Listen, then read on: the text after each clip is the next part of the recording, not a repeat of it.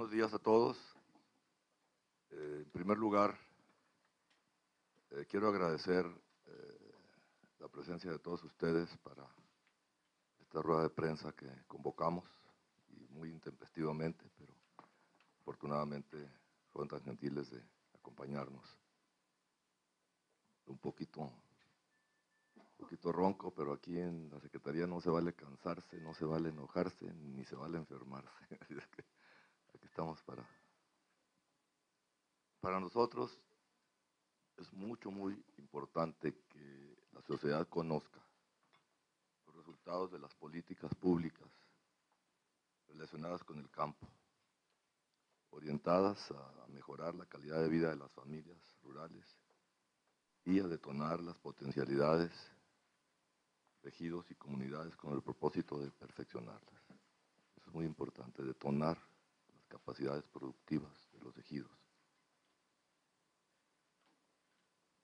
Atender los conflictos agrarios y consolidar los derechos sobre la tenencia de la tierra.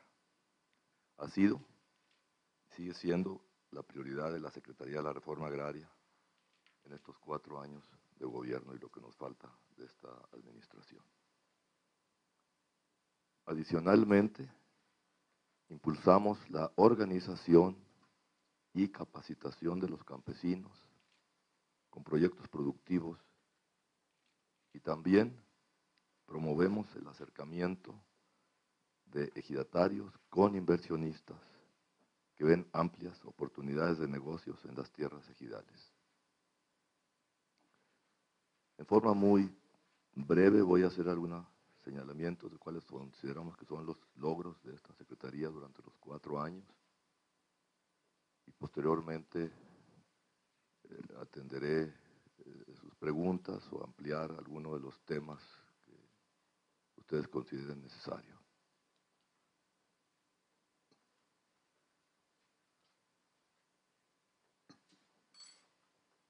En 3 años, 10 meses, hemos resuelto 584 conflictos agrarios que involucraban 232.500 hectáreas.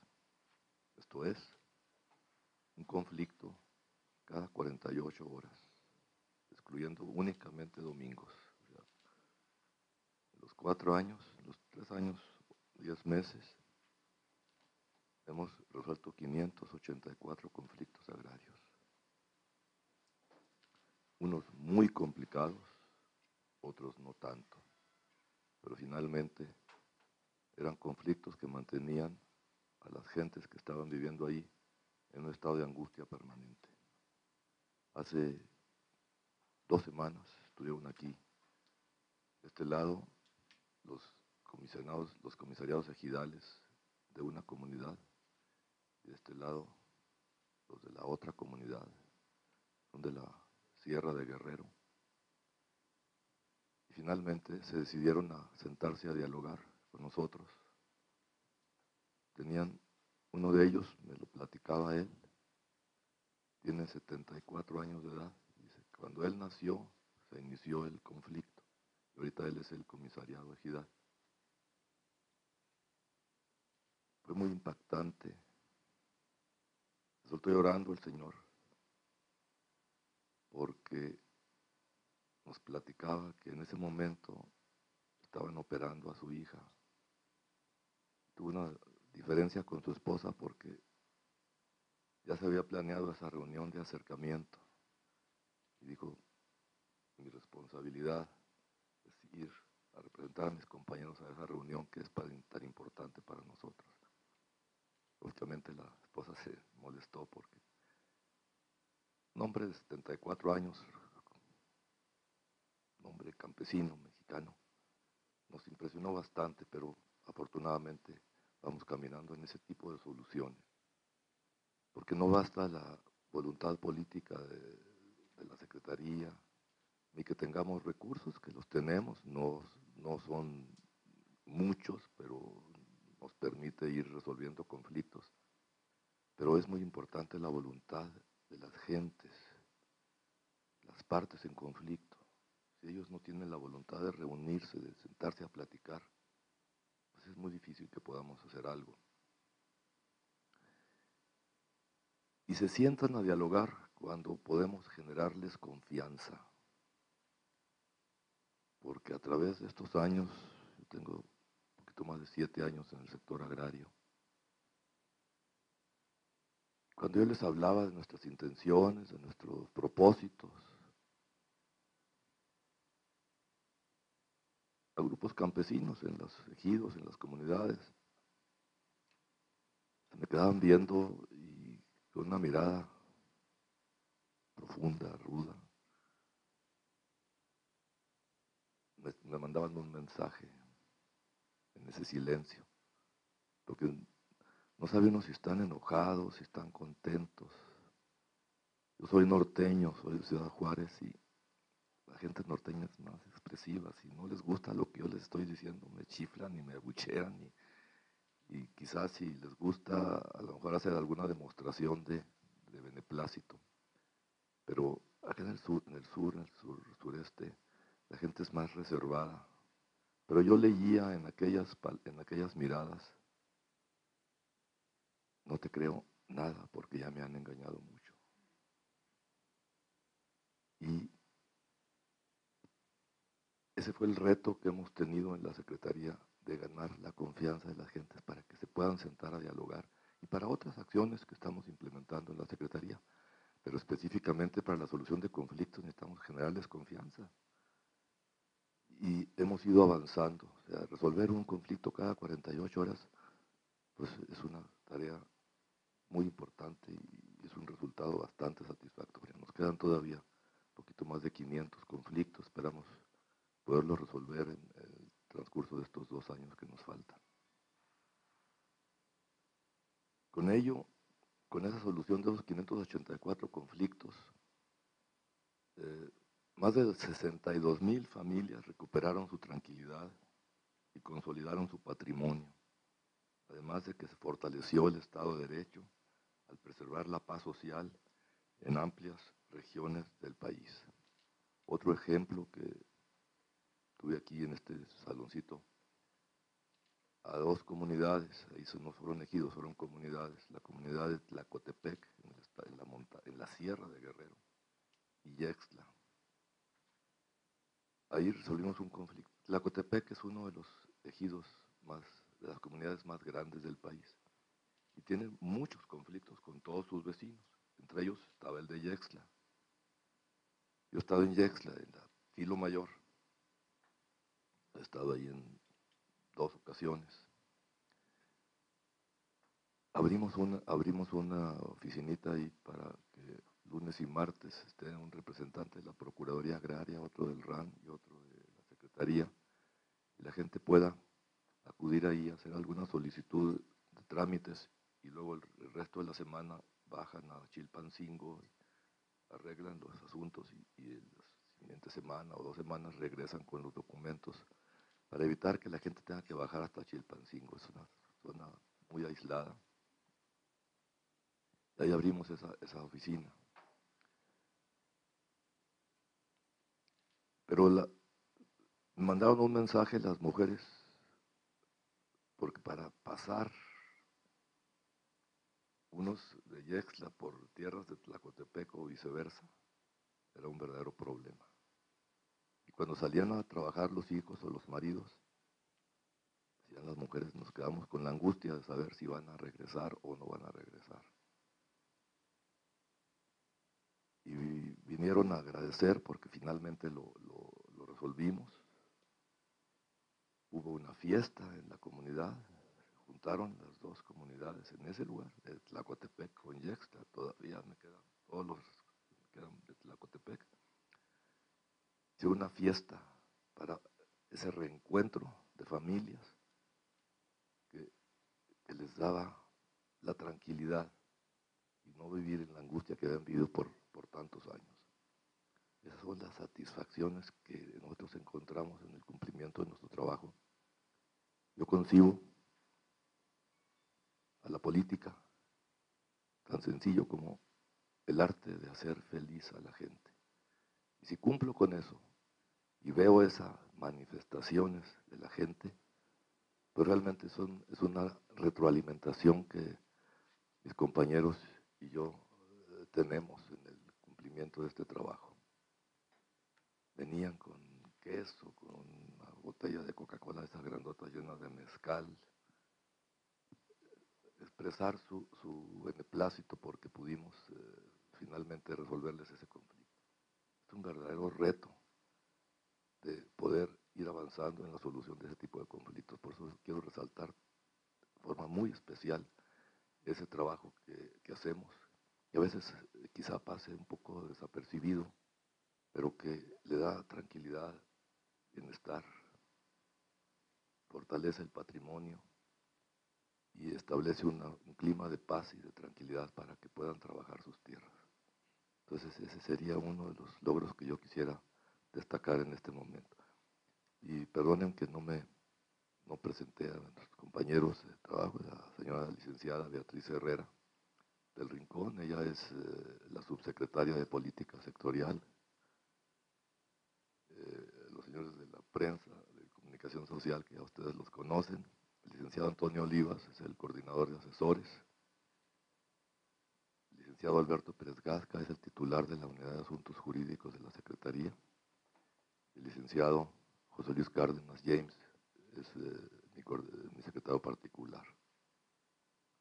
También está por aquí la licenciada Flor Itze Ramírez.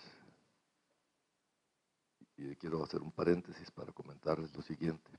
En la Presidencia de la República tienen una oficina de atención a la ciudadanía.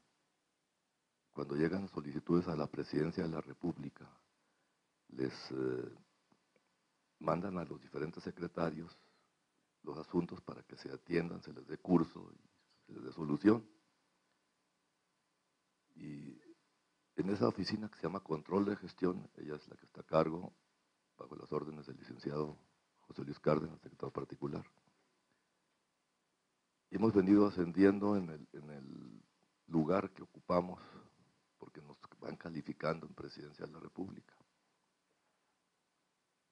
Y por muchos meses estábamos en el cuarto, en el quinto lugar. Me superaba Secretaría de Defensa, Secretaría de Marina, Procuraduría General de la República. Y yo les decía a mis compañeros, allá, en esas secretarías, si no cumplen, los fusilan. Pero no tener que llegar a esos extremos, hay que meterle ganas, hay que sacarles. Satisfactoriamente, el mes pasado obtuvimos el primer lugar de toda la Administración Pública Federal en atención a son esfuerzos que hacemos y que a veces no pasan apercibidos para la gente, pero es un esfuerzo cotidiano que estamos motivando a nuestros compañeros a rendir ese plus que queremos todos ponerle, que nadie nos lo va a reconocer, nadie nos lo va a pagar, pero que nos da una tranquilidad en nuestra conciencia de que hacemos el mayor esfuerzo para atender las responsabilidades que se atienden aquí en la Secretaría. Estamos combatiendo corrupción, combatiendo irresponsabilidades, fortaleciendo otras acciones positivas. Perdón el paréntesis, pero creo que era necesario comentarlo. En el punto número 2, hemos realizado trabajos de medición y deslinde en 1.059.000 hectáreas para su rescate y protección como áreas naturales protegidas, las cuales quedarán a disposición de la Semarnat y de la CONAMP, la Comisión Nacional de Áreas Naturales Protegidas. También es un trabajo de bajo perfil, pero que tiene un impacto muy importante en la conservación de los recursos naturales. Son terrenos que tienen riquezas naturales y que por ahí estaban sin una certidumbre jurídica, todo el mundo se metía, y hemos ido rescatando esos terrenos. Podría, por ejemplo, el ejemplo de los pantanos de Centla, es uno de ellos, que estaba invadido y estaban haciendo destrozos en esa explotación de esos recursos ahí existentes.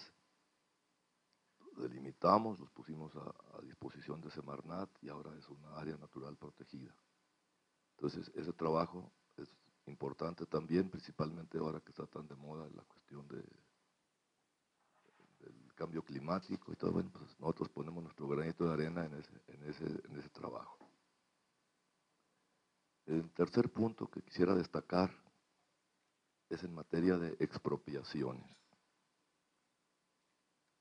Se pagaron 2.479 millones de pesos a núcleos agrarios por concepto de indemnizaciones. 2.479 millones de pesos a núcleos agrarios, una cantidad importante que fueron entregados a los ejidatarios y a los comuneros, que además de que es una obligación, dichos pagos eran un acto de justicia, en virtud de que el 90% de esos casos correspondía a deudas de sexenios anteriores. Se metió Pemex, se metió Coret, se metió Conagua, se metió Comisión Federal de Electricidad, Comunicaciones y Transportes, tomaron posesión de la tierra, hicieron las obras, pero nadie les pagó ese dinero que correspondía a la indemnización a los campesinos. Entonces, nos abocamos a revisar todos esos casos que estaban pendientes y hablamos con las instancias, o sea, los que promovieron la expropiación. Les dijimos, la tierra que tienes es de los ejidatarios en este momento. Para regularizarla necesitamos ejecutarla jurídicamente, la expropiación, pero no la podemos ejecutar porque no les has pagado.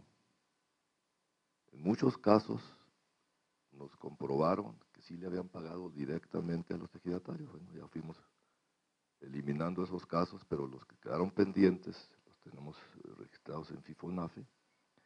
Captamos esos recursos y fueron puestos a disposición de los ejidatarios. Recuerdo especialmente un caso en Tierra Colorada, en Guerrero, todavía no estaba yo como secretario, fui como director en jefe del Registro Agrario Nacional. Una expropiación de 40 años atrás se les pagó a las viudas y a los hijos, muchos de los ejidatarios que fueron afectados. Entonces, es un acto de justicia, no nos podemos hacer tontos y decir, pues hay que se vaya, ¿no? Hay que, estuve presionando a las diferentes instancias del gobierno federal, págame, porque tengo que ejecutar y además es un acto de justicia. Entonces es una acción que consideramos que es importante para los ejidos y las comunidades. El punto 4 que quisiera yo destacar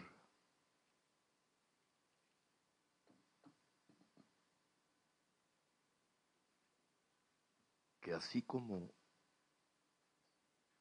cuando vemos razón que pagamos esas cantidades, que es el gobierno federal que los pagó, también el gobierno de los estados me debían y logramos que nos pagaran algunas indemnizaciones pendientes. Por otro lado, tenemos que defender lo que no consideramos correcto, que son demandas absurdas, que si no las atendemos, por más absurdas que sean, cuando hay una sentencia de un tribunal y no la defendemos adecuadamente, nos pueden obligar a pagar. Entonces, el trabajo que está haciendo la Unidad de Asuntos Jurídicos es precisamente defender esos juicios con todo ese equipo de abogados para no tener que pagar sentencias que consideramos absurdas, que no estaban exentas de corrupción, y logramos en lo que va de este sexenio evitar que el erario público pagara 15.278 millones de pesos hasta la fecha. 15.278 millones de pesos. Es una cantidad pavorosa lo que hubiera tenido que pagar el gobierno si no fuéramos eficientes en la defensa de esos intereses. Y todavía me queda por acumular a eso algunos juicios que todavía están en proceso, ¿verdad? Que estamos defendiéndolos y que todavía pues, quedan instancias y que hasta que no se agota la última instancia, pues yo acumulo lo que fuimos sentenciados y que defendimos, que finalmente logramos éxito. 15.278 es 3 veces el presupuesto anual de la Secretaría, con todo lo que implica Procuraduría Agraria, Registro Agrario Nacional y la propia Secretaría. Una acción, considero, muy importante que tenemos bajo nuestra responsabilidad. El quinto punto que quisiera destacar es que para potenciar las oportunidades productivas de los ejidos, estamos modernizando el catastro rural nacional, cuya integración tiene un avance del 40% y quedará concluido en el 2012.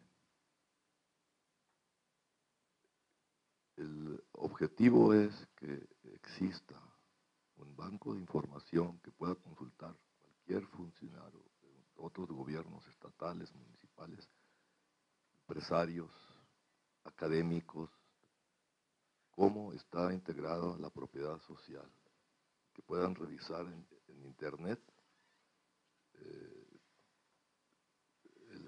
un ejido, al detalle una parcela, la historia de esa parcela, quién fue el primer propietario y si hubo cambios de propietario. Estamos integrando también capas de información, si son ejidos con agostaderos, si son de riego, vías de comunicación, toda la información que implica tener un catastro debidamente integrado. Es una tarea muy complicada. También implica la digitalización del Archivo General Agrario. El Archivo General Agrario pues, es el que nos da información, ahí está la historia de toda la propiedad social del país. La propiedad social del país es el 52% del territorio nacional, el producto del reparto agrario en México. Los ejidatarios y los comuneros son dueños del 52% del territorio, en donde está el 75% de la biodiversidad, el 70 y tantos % de las áreas naturales protegidas. Son dueños de las 2/3 partes de los litorales de México. Y existe una paradoja, que en las tierras más ricas de México vive la gente más pobre. Ese es nuestro reto.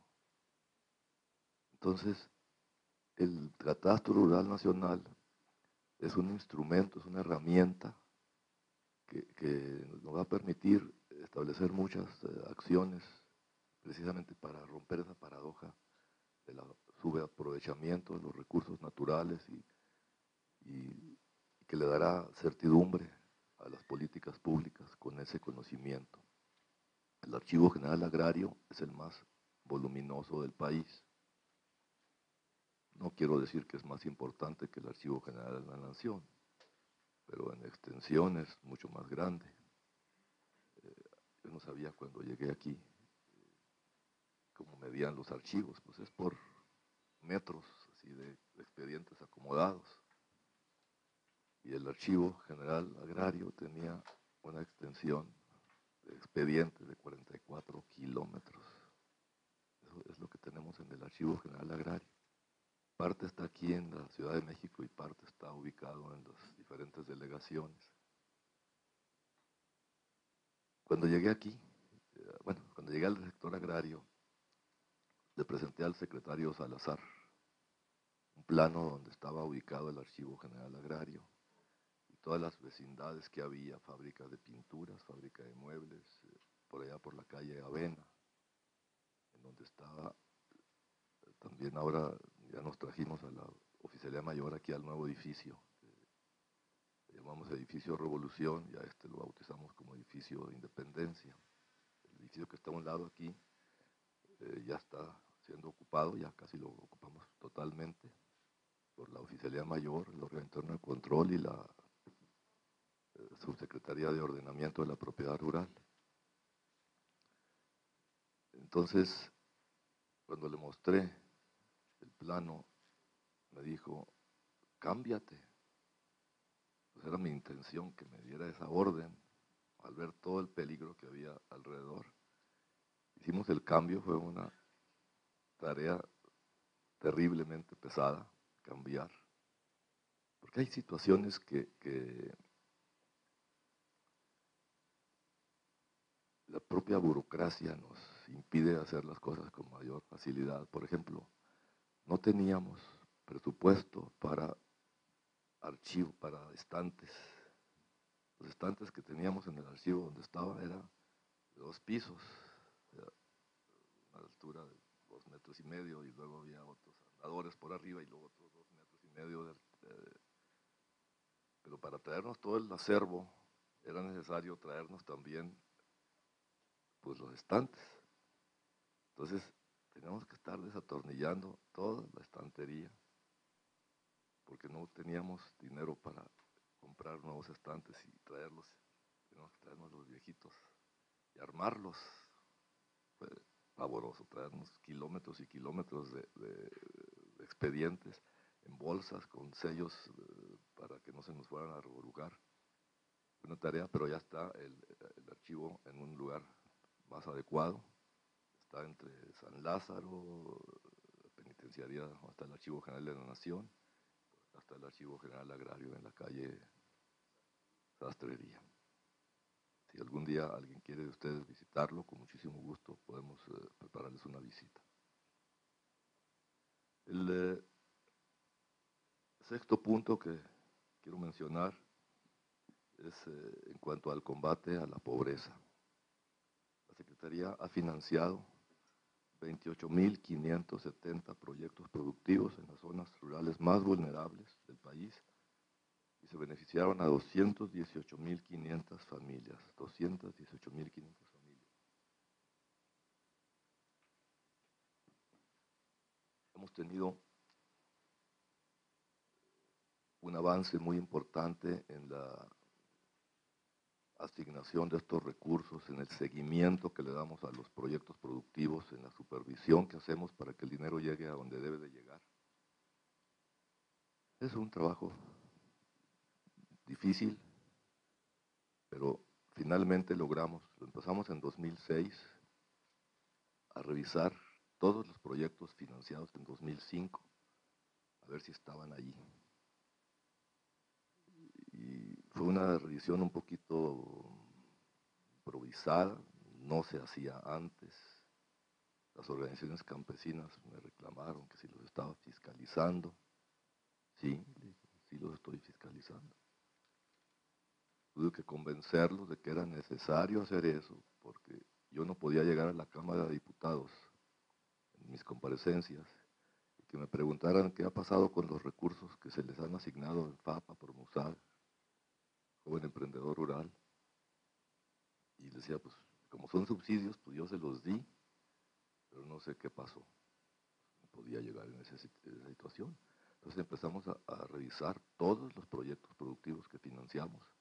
En este momento el 100% de los proyectos productivos que financiamos un año, al siguiente año vamos a supervisar a ver si están ahí. Hemos logrado el 82% de prevalencia, o sea, el 82% de los proyectos financiados en 2008 los revisamos el año pasado y el 82% fueron, ahí están, unos más exitosos que otros, pero ahí están. Necesitamos mejorar ese, pero el 82% no es nada despreciable. Hay otros programas que no tienen nada de supervisión. Aquí lo hacemos con nuestras propias personas, nuestros propios técnicos. Pero además de eso, contratamos los servicios de la Universidad Autónoma de Chapingo para que como evaluadores externos fueran a revisarnos nuestros proyectos y nos dieran un reporte. Ese no es al 100%, es aleatorio, pero los cuestionarios se van incorporando preguntas de cómo ha ido mejorando la vida de las gentes que fueron beneficiadas con los programas, por qué fracasaron en el caso de que hayan fracasado, cuáles fueron los factores que tuvieron éxito y por qué. Entonces nos dan una información muy valiosa que nos permite ir modificando nuestras reglas de operación y tomando las medidas necesarias para poder ir mejorando eso. Y en el caso eso es en el caso de Promusac y de FAPA.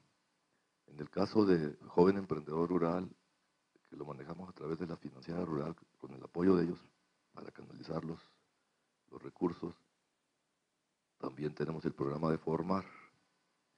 Y eso nos los evalúa externamente la FAO de las Naciones Unidas por medio de un contrato que celebramos con ellos y nos dan un reporte de cuál ha sido el efecto, las razones que se pueden considerar como factores de éxito o factores de fracaso.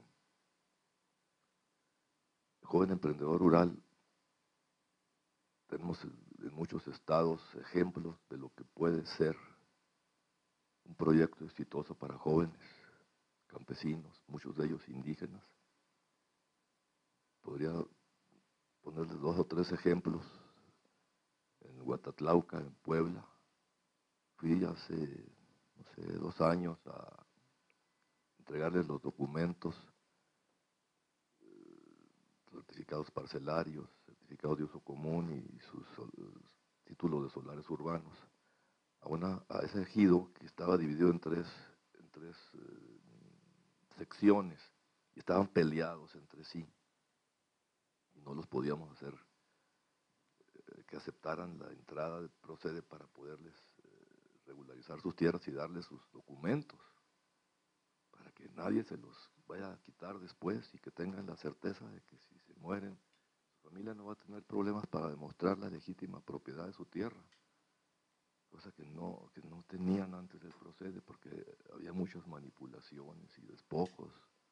Ahora con el certificado nadie los puede tocar, pero no querían. Haciendo un paréntesis, tenemos regularizado más del 95% de los núcleos agrarios del país, son 31.500 núcleos agrarios, tenemos el 95% de ellos regularizados y estamos regularizando el 5% restantes, para gordos, no es una cosa así precisa, con un programa que se creó en esta administración que se llama FANAR, porque ya Procede ya desapareció. Procede incorporaba el trabajo del INEGI para la medición, ahora ya no lo tenemos que hacer con nuestros propios recursos en el sector agrario. Y se llama FANAR, Fondo de Apoyo a Núcleos Agrarios sin Regularizar. La idea del señor presidente Calderón es que al término de su administración, esos aproximadamente 2.500 núcleos agrarios se regularicen para que quede regularizada toda la propiedad social con sus documentos. Hasta la fecha hemos entregado 9,5 millones de documentos para beneficiar alrededor de 4,5 millones de familias campesinas. Pero nos falta ese trecho. Y este año ya me dieron presupuesto. El año pasado me dieron muy poquito presupuesto para ese trabajo, pero ahora este año viene incorporado en el proyecto porque la idea es que avancemos.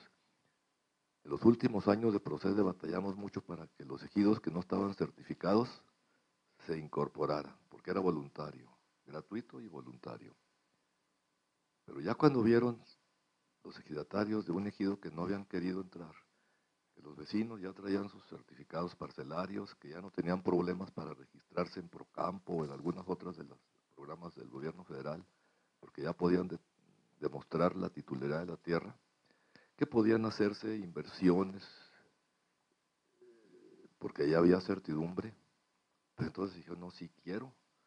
Entonces ahora hay una línea de ejidos que quieren regularizarse cuando en los últimos días de noviembre de 2006 que cerramos Procede, pues a duras penas cumplimos la meta que nos habían fijado el presidente Fox en aquella época, de 8 millones de hectáreas certificadas en el 2006, 18 millones en 2004, 5 y 6.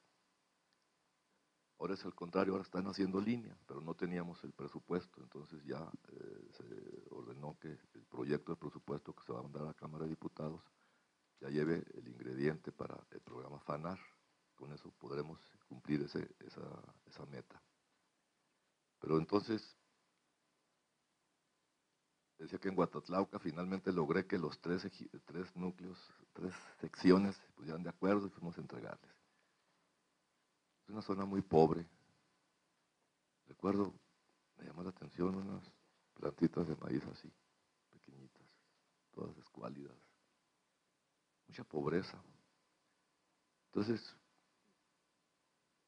hicieron una fiesta para entregar los documentos, tenían allí bailables, muchachitos ahí disfrazados ahí de los viejitos de Michoacán y todo eso.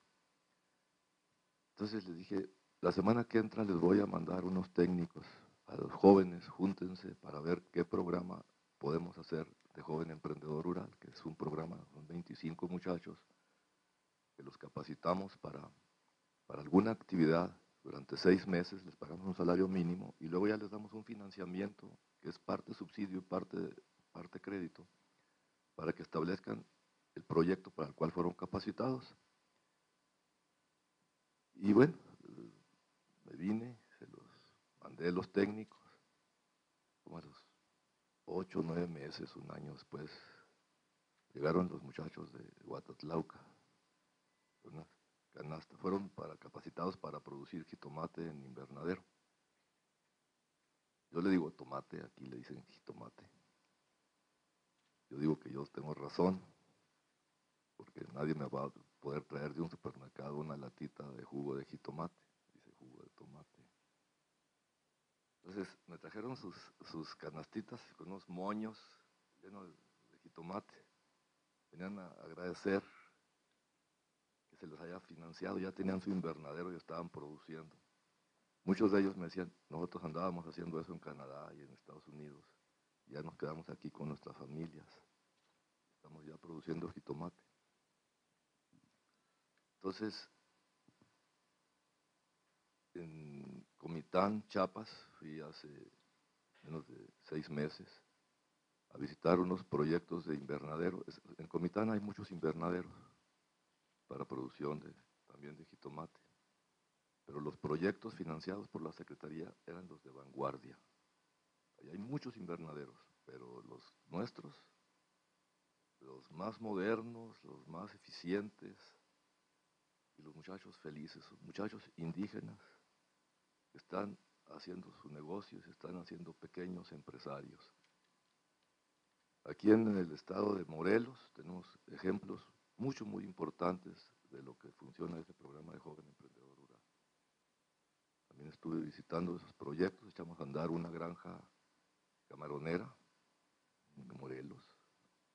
Nomás dice, pues, el camarón pues es en la costa, ¿no? Ahí están produciendo camarón, toneladas de camarón. Y oye uno hablar a las mujeres indígenas, pues nos explicaban allí cómo tienen sus pilas y los van aclimatando, las pequeñas larvitas que van aclimatándolos al agua dulce. Y hablaba la indígena, una muchacha indígena, del pH del agua, como los estamos aclimatando. Sí se puede mejorar la vida del campo, se puede mejorar con ganas y con capacitación y con organización. Otro tenemos ahí mismo una producción de tilapia, están produciendo tilapia, unas instalaciones bien modernas, con 25, 30 muchachos y muchachas. En otros están produciendo plantas de ornato, en fin, en otros producción de peces de ornato. Morelos es uno de los estados que tiene más producción de peces de ornato. Entonces tenían sus saloncitos más o menos como este, lleno de peceras, para los peces muy finos, y tenían la parejita. Y luego, muy curioso la forma como se reproducen, meten unas tabletitas en la pileta, en el pecera, y la hembra va ovipositando todos los huevecillos. Primero lo limpian entre los dos, limpian la tablita, luego va ovipositando la hembra, y luego el macho va a fertilizar los huevecillos. Ya cuando están fertilizados, sacan la tabletita y la llevan a otra pecera, Y a los pocos días empiezan a brotar las pequeñas larvitas y luego así los van. Esos son los muy finos. Y tienen todo tapizado lleno de... Y afuera tienen, en este caso visitamos como 3 instalaciones de esas, pero en una de ellas tenían 5 estanques. Unos estanques como de 1,5 metros de profundidad, bordos y luego plástico. Y en cada uno de esos estanques tenían desde 100, 120,000 pececillos de esos colorados, le llaman japonés, que es más corriente, y eso lo tienen hacia la intemperie. Tienen vendida toda su producción, tienen vendida toda su producción. Ellos pagaron su crédito porque compraron la tierra, se la compraron a los adultos mayores del ejido. Las 2 o 3 hectáreas que requerían, se las compraron, ya las pagaron, ya pagaron los créditos. Nosotros les pusimos lo que llaman proyecto escuela, con recursos nuestros, los enseñamos y nos prestó el ejido un pedacito de tierra para construirles los estanques. Ahora lo estaban dedicando para la producción de pececillos porque alimentan a los más grandes. Pero ya los ejidatarios les decían a los muchachos que ya tenían que pagarle renta porque eso se lo habían prestado para el proyecto escuela y que ahora como ellos ya eran ricos, pues ahora les tenían que pagar renta a los ejidatarios. Son los ejemplos que nos señalan cuál es el camino correcto para ir logrando estas situaciones. En el caso de las mujeres, también Promusag es un programa extraordinario que permite que suba el nivel de vida de las familias campesinas, que mejore la autoestima de las mujeres. Hace 2 semanas estuve en una reunión con RENAMUVI, que es la Red Nacional de Mujeres Vigilantes, que dirige la licenciada Ivonne Solís, con todas las cosas que están haciendo con los programas de Promusag, cómo fueron creciendo. Están vendiendo y anduvieron estas mujeres con la licenciada Solís en Europa, con el apoyo de las embajadas, promoviendo los productos que las mujeres mexicanas de los pequeños proyectos de Promusag están haciendo. Ahí andan promoviéndolo en Europa, todos los productos que tienen. Entonces, eso nos alienta mucho para saber que estos programas sí cambian la vida de la gente. Otros fracasan naturalmente y tenemos que mejorar mucho eso, pero podemos señalar miles de ejemplos de que estos proyectos, con lo poquito que les damos, pueden mejorar la vida de muchas gentes. Otros ejemplos, no hay muchos de esos, es el caso del ejido Corerepe en Guasave, Sinaloa, con un proyectito de 180,000 pesos que les dimos a un grupo de 9 mujeres. Pusieron una fábrica de escobas. Luchonas, las sinaloenses, como paisanas. Ahorita su negocio vale 7 millones de pesos. Son proveedoras de escobas a Walmart. Están vendiendo escobas a diferentes países. Las Naciones Unidas, el grupo de mujeres, no sé cómo llaman la organización, las ha traído en diferentes partes del mundo, varios países, a las líderes de ese grupo, para que le digan a las mujeres de esos países que sí se puede, con esfuerzo, con dedicación, con ganas de salir adelante.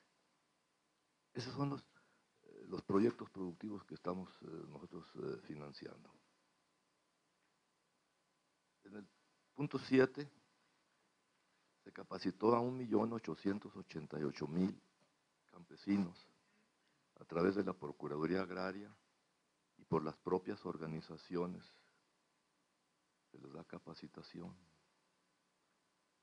No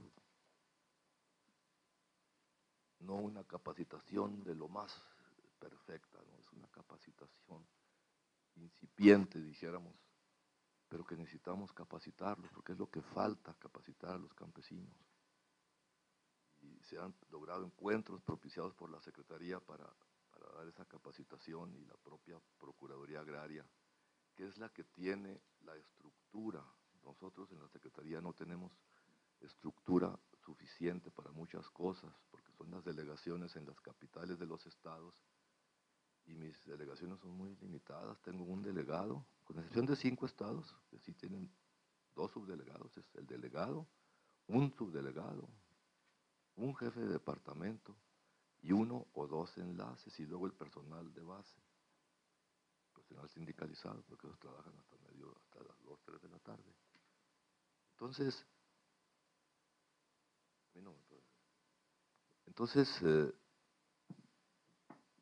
la Procuraduría pues tiene sus delegaciones en todas las capitales, pero tiene las residencias en las principales ciudades de los estados, y luego tiene sus visitadurías y tiene sus abogados agrarios. Entonces tenemos una cobertura muy amplia de personal, y muchos de los programas, y ahorita voy a señalar uno de ellos que es bien importante, lo podemos hacer a través de la Procuraduría Agraria. Entonces, esa capacitación la hace la Procuraduría. El punto 8, señalaríamos que hemos ejercido un presupuesto de 21.044 millones. Ese es el presupuesto de este periodo de 3 años, de 4 años, 21.044 millones de pesos. Es el presupuesto total de la Secretaría, el cual el 85% se dedica a programas sociales. PAPA, Promusa, Joven Emprendedor Rural, Formar, Sanar. Solamente el 15% es el gasto operativo de la Secretaría. Pues cuando se habla de que son 5.000 millones de pesos, pues sí, eso es lo que tiene la Secretaría de presupuesto, pero el 85% es para financiar todos estos programas que acabo yo de mencionarles. Entonces, también tratamos de hacerlo transparente, que no haya ocultamiento de la información. La tenemos en internet, todos los proyectos que hemos financiado están en internet. La supervisión, la dictaminación de los proyectos lo hacemos aquí con personal nuestro. Tenemos aquí enfrente, está aquí, ahí tenemos 60, 70 jóvenes profesionistas, médicos veterinarios, ingenieros agrónomos, zootecnistas, que están dictaminando los proyectos que recibimos. Este año recibimos 75,000 proyectos. Una cosa pavorosa, porque no tenemos capacidad para atenderlos más que para alrededor de 11,000, o sea, 1 de cada 7. Pero aquí los estamos dictaminando. Antes se dictaminaban fuera de aquí, se dictaminaban en Chapingo, en el Inca Rural o en Colegio de Graduados. Y nosotros nomás recibíamos la dictaminación, y este sí pasó y este no pasó. Entonces, tenían que pasar por uno que le llamamos Comité Estatal de Desarrollo Agrario, que le llamamos SEDAS.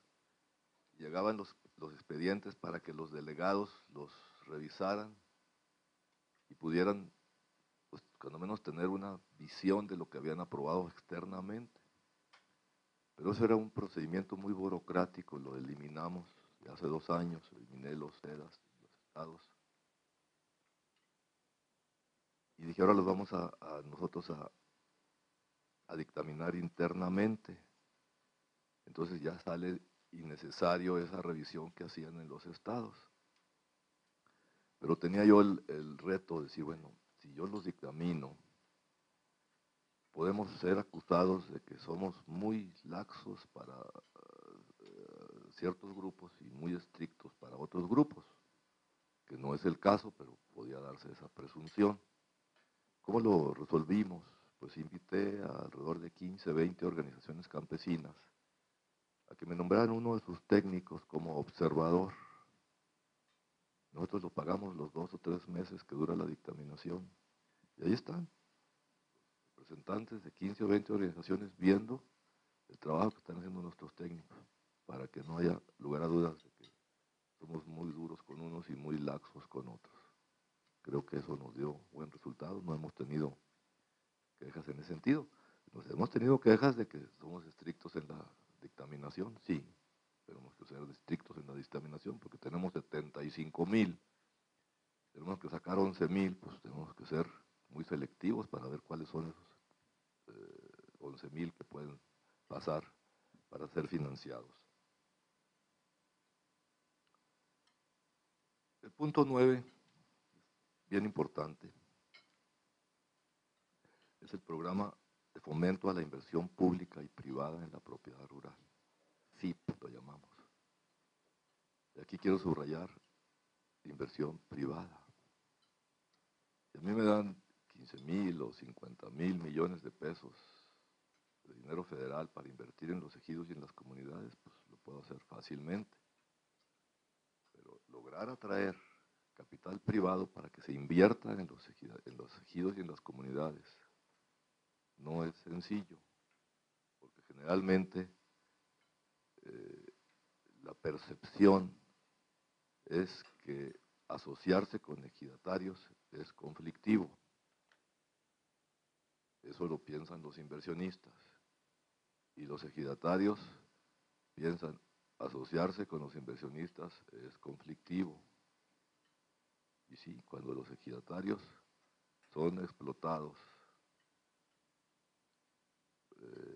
con contratos leoninos, en que solamente una parte sale beneficiada, pues esa es la imagen que tenemos, que asociarse con los ejidatarios es problema. ¿Qué sucede? Llega un empresario, habla con los ejidatarios, con el comisariado ejidal, con sus gentes que lo rodean, diseñan una inversión y hacen asambleas de gabinete, o sea, ni siquiera las convocan, ahí todo el mundo firma y los abogados de los inversionistas, que pueden ser muy buenos abogados, pero en derecho agrario es punto y aparte. Entonces creen que se las comen crudas y hacen convenios y hacen asambleas y quizá atropellando ahí algunas disposiciones legales y queda ese convenio pues muy enclenque jurídicamente. Los ejidatarios se dan cuenta que los empresarios están haciendo un muy buen negocio y ellos siguen igual de amolados. Entonces buscan cómo declarar la nulidad de esos convenios y fácilmente encuentran las deficiencias jurídicas que traían aquellos convenios. Y entonces ahí están los ejemplos de que se pelean y ahí están en los tribunales, porque además el comisariado ejidal pues ya construyó su casa nueva, traía su vehículo, una camioneta último modelo, que se puso de acuerdo con los inversionistas para facilitar todo. Hay muchos ejemplos tristemente de esos. Entonces nuestro reto era lograr que esas asociaciones se les quitara el estigma de que son problemas, que son problemáticas. Entonces hicimos un análisis, eso lo estamos haciendo a través de la Procuraduría Agraria. Revisamos, hablaba yo, 31,500 núcleos agrarios. Hemos analizado más de 15,000. Vamos con nuestro personal al ejido, ya está certificado por Procede, todo el mundo tiene sus documentos. Los órganos de representación fueron electos en forma correcta. No hay conflictos internos. Platicando con ellos, decimos, ¿cuáles son las potencialidades que tiene este ejido? Si bien es cierto, han sembrado maíz por siglos, pero hay otras potencialidades. Y discutimos con ellos, pues mira, aquí puedes explotar esto, hay un banco de materiales pétreos que puedes hacer, podemos hacer aquí una explotación ecoturística, en fin, lo que sale ahí en esas reuniones. Y luego les preguntamos, ¿les interesa que vengan a invertir empresarios con ustedes? No. Ok, no pasó nada, vamos a otro ejido. Ya tenemos más de 6,000 ejidos que llenaron todas las características y que están en disposición de coinvertir con los inversionistas. Sin, aquí quiero subrayarlo, sin vender su tierra, sino que la conservan para las generaciones futuras. Es simplemente hacerlas más productivas en beneficio del ejido, de los ejidatarios, en beneficio de la inversión en el campo que tanto necesitamos, en beneficio de la generación de empleos que tanto necesitamos. Muchas ventajas. Y por otro lado tenemos un banco de información con los inversionistas. Hay inversionistas que andan buscando 1 hectárea para poner un invernadero. Tenemos el banco de información de los inversionistas, los investigamos hasta donde nos es posible, que sean inversionistas serios, que no tengan antecedentes de conflictos o de quiebras o de fraudes o cosas de ese tipo. Y lo registramos. Entonces, aquí tenemos un catálogo de inversionistas y acá tenemos un catálogo de ejidatarios. Y luego los juntamos. El que quiere una hectárea, pues lo ponemos en contacto quizá con un ejidatario que tiene su parcela y se la quiere rentar o se quiere asociar en alguna forma, o en cosa mixta, te pago tanto de renta y te doy tanto de utilidades, diferentes estructuras. O el que anda buscando una cantidad mayor de hectáreas, hasta 20, 25,000 hectáreas que están para producir jatropa, para la producción de biodiesel o para producir caña de azúcar, para la producción de etanol. Recientemente nos han estado buscando inversionistas que quieren que les localicemos más de 25,000 hectáreas en Tamaulipas para la producción de caña de azúcar. No donde se está produciendo caña de azúcar, sino tierras susceptibles para la producción de caña de azúcar. Porque si lo que hacemos nada más poner las tierras que se están sembrando de caña de azúcar para producir etanol, pues vamos a incidir en el precio del azúcar. Entonces lo que queremos es que sean inversiones nuevas, instalaciones nuevas o cultivos en zonas donde no se están aprovechando adecuadamente las tierras. En sus 29 meses de operación, este programa logró alianzas entre campesinos y empresarios con una inversión privada de más de 64,000 millones de pesos. Una cantidad muy grande. 64,000 millones de pesos en 1,123 convenios que hemos logrado integrar. Buscamos condiciones equitativas y justas para los ejidatarios y certidumbre jurídica para los inversionistas y obramos simplemente como catalizadores. No teníamos presupuesto, era una casa que hacíamos con lo poquito que podíamos agregar de otros programas. Cuando el señor presidente conoció este avance importante, ordenó que se nos pidiera presupuesto para poderlo fortalecer. Porque si bien es cierto, 64,000 millones de pesos es mucho dinero, pues, comparado con las necesidades de inversión en el campo mexicano, pues es muy poquito. Entonces hay que fortalecerlo.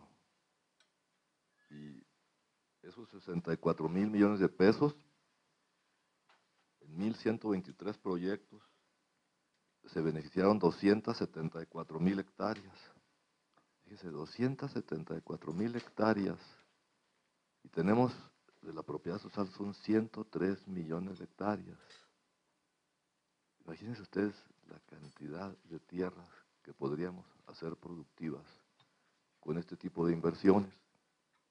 Se beneficiaron 93,000 sujetos agrarios. De esos 64,000 convenios, millones de pesos, en esos 1,123 convenios, a los ejidatarios les corresponden 5.087 millones de pesos. Eso es lo que el ejidatario se va a meter a la bolsa. En las diferentes versiones, arrendamiento, coparticipación o simplemente una cosa mixta, de los cuales ya más de 3.000 millones ya están en la bolsa de los ejidatarios. Los otros son procesos que se van llevando a cabo de la inversión porque no todas se hacen al mismo tiempo, entonces van recibiendo sus recursos. Y se tiene estimado, eso no lo puedo yo tener, es una estimación de que esos proyectos van a generar, o han generado ya una gran parte de eso, 19.527 empleos directos. Y se estima que va a haber alrededor de 28.930 empleos indirectos. Es una beta que no ha sido explotada y que afortunadamente nos ha dado muy buen resultado en estos pocos meses de operación. Entonces se está fortaleciendo para que todos los recursos. Ahora quiero señalar que no prevalece el aspecto agropecuario en estos proyectos, solamente el 48% es agropecuario, el 52% es ecoturístico, industrial, inmobiliario, para otras actividades, servicios. O sea, estamos buscando otra faceta también que es importante. El motor de este programa, cuyo costo de operación es mínimo, es la generación de confianza entre inversionistas y ejidatarios, con base en la ley agraria, para que mediante contratos equitativos se generen beneficios mutuos, sin que los ejidatarios tengan que vender su tierra y así conservan su patrimonio para las generaciones futuras, como señalé antes. Y finalmente, el punto 10, el reto de la Secretaría de la Reforma Agraria en los próximos años será el buscar nuevos mecanismos jurídicos y de financiamiento que liberen el potencial productivo de las tierras ejidales y al mismo tiempo contribuyan a la modernización de la dependencia para avanzar hacia una nueva etapa de la reforma agraria sustentada en la productividad y la competitividad. Reitero nuestro agradecimiento a todos ustedes y estoy a sus órdenes si consideran que puede haber algunas preguntas. Muchísimas gracias.